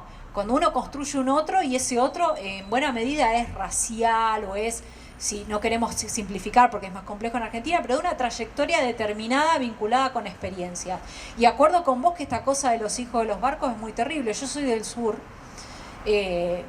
somos todos, bueno, yo por supuesto que tengo sangre mapuche en algún lado porque sos del sur, pero no tengo ese, digamos, el fenotipo ni el apellido. Pero es muy fuerte en el sur eso, ¿no? Esas divisiones, uno ve, bueno, en el centro determinado están los hijos de los barcos, de las afueras, yo vivía en un barrio de las afueras, están los pinchulés, los ñanculeos, y claro, cuando uno hace, como vos haces esta genealogía, contra cómo llegamos acá, que es lo que en general el gorilismo o las derechas no quieren hacer, No quieren decir, bueno, ¿cómo llegamos acá? Y el relato es, vinimos con una mano atrás y otra adelante y trabajamos toda la vida, lo cual es real, pero no se cuenta esta parte que contás vos. Pero también está la genealogía justamente de los niños, y esto está, y lo recuerdo siempre porque está en un museo de Patagones, yo soy de Viedma, pero está muy cerca, los niños mapuches capturados en la campaña del desierto, que eran regalados a las familias que los solicitaban, estoy hablando después de la campaña del desierto, no hace tanto tiempo, eran regalados a las familias de Patagones que los solicitaban para servirlos. Y hay fotos muy terribles de niños con un mate así. Bueno, eso es Argentina, ¿no? ¿Y qué pensamos? ¿Dónde estarán los tataranietos de ese chico que servía a esa familia? ¿Como Seo en Techint?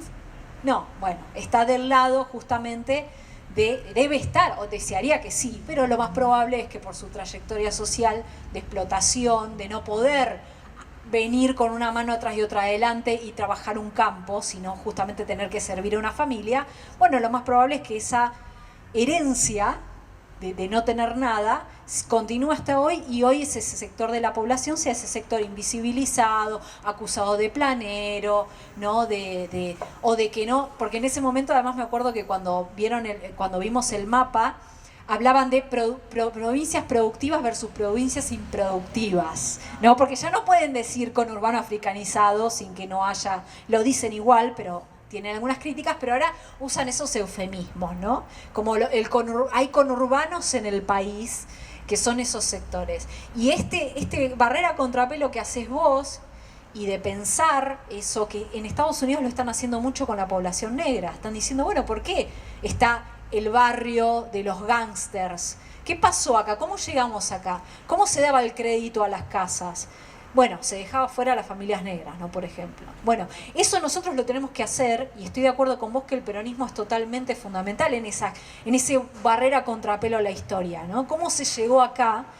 Y incluso porque además nutre tanto que el presidente puede decir somos hijos de inmigrantes o de barcos, y el propio peronismo a veces es muy reacio a eso, ¿no? Pichetto hablando, está bien que Pichetto ahora se fue a otro partido, pero es muy pregnante la idea del pobrismo, ¿no? De que el peronismo es pobrismo, de que si vos hablás de los sectores populares que justamente han sido excluidos de los sectores laborales y no se pueden incluir siendo emprendedores, poniendo una cervecería, porque realmente hay una exclusión cultural de larga data que se ha acentuado en determinados años, bueno, ahí vos estás haciendo pobrismo, porque estás gobernando para los que no quieren trabajar, y ahí aparece el racismo, como vos decís, totalmente, porque no es casualidad, ¿no?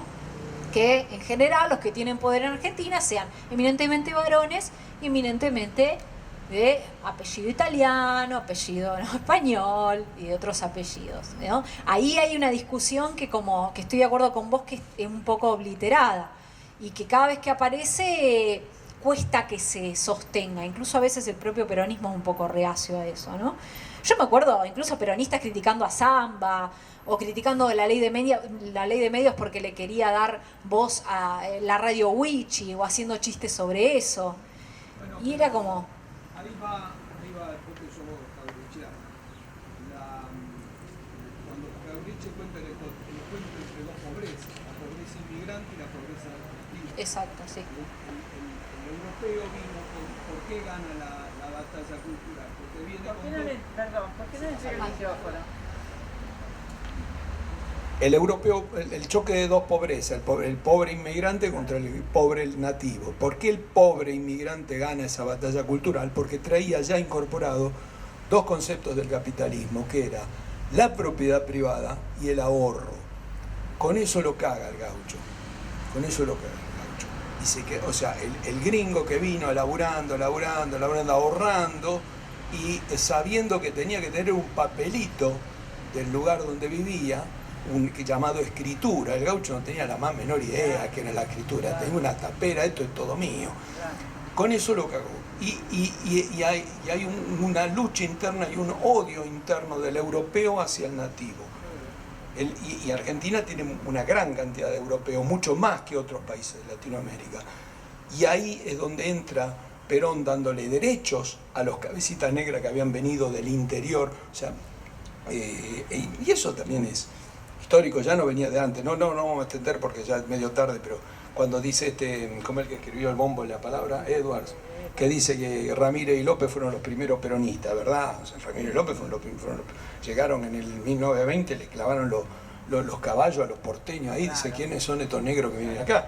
Y si queremos que Sarmiento fue el primer antiperonista, podemos decir, podemos hacer, pero en la lucha europea Rivadavia, pero la lucha europeo gaucho viene de ahí, y ahí está también el corazón del peronismo antiperonismo, la bronca hacia el negro. ¿Quién es el negro? El negro es el gauchito, el negrito. Y bueno, y se sigue manteniendo, vamos, o sea, pero es lo que decíamos, ¿no? Disculpa que te quería decir, pero... No, pero me pareció interesantísimo, no lo habíamos tocado y es algo que, porque además imagínate que la literatura, desde Félix Luna diciendo esto, diciendo quién es esta gente de color tierra que se asoma acá, o sea, descarnado, hasta Cortázar, que después se arrepintió, pero también tira algunas pastillitas así en Las Puertas del Cielo, en ese relato. En fin, en la literatura está muy presente. Y lo bueno, a mí lo que me gusta es que la literatura, además de que Cortázar era Cortázar, ¿no? Pero que en la literatura se dice lo que lo social no dice o dice por abajo. Porque viste que no está bien ser racista. Entonces, negro de alma, esa espiritualización del racismo, viste, empiezan a inventar, no, en realidad yo no soy racista. Pero en la literatura, o en algunas crónicas de la época, eso estaba descarnado. Entonces vos lees ahí y 0-3 los tipos, o sea, no habían leído ningún tipo no tenían ningún tipo de corrección política. Y eso también es beneficioso porque te muestran que no hay manera, que claramente el racismo y el peronismo son dos elementos, dos fenómenos que están totalmente ligados. Ahí faltó agregar antirracismo, como que... Bueno, Inka, volvemos a agradecerte, te hemos exprimido. Gracias por hablarnos de tu libro me prendés y digo, de compartir todas estas reflexiones, y gracias a todos por haberse acercado. Bueno, hay unos libritos ahí.